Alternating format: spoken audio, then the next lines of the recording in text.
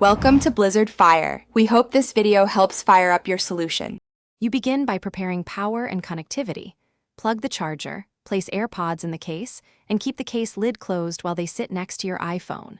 Once done, make sure Bluetooth is on and your phone is on a reliable Wi-Fi network so the update can download.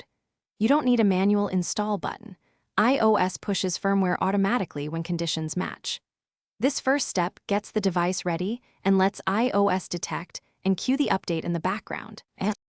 You now encourage the update to run by keeping the Airpods in the case near the unlocked iPhone and checking settings, right arrow general, right arrow about, right arrow Airpods to view firmware version.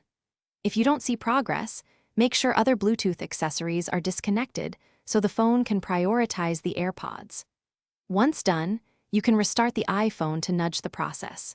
Make sure to leave the case closed and the phone awake. That extended idle time allows automatic. You finish by verifying the firmware number in settings, right arrow general, right arrow about, right arrow Airpods. That confirms success. If the version didn't change, perform a reset.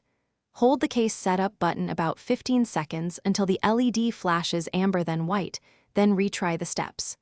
Once done, reconnect and check again. Make sure to try an overnight attempt with stable Wi-Fi before contacting support. This often resolves delayed pushes without further intervention. Thanks for watching. If you found this helpful, don't forget to like and subscribe.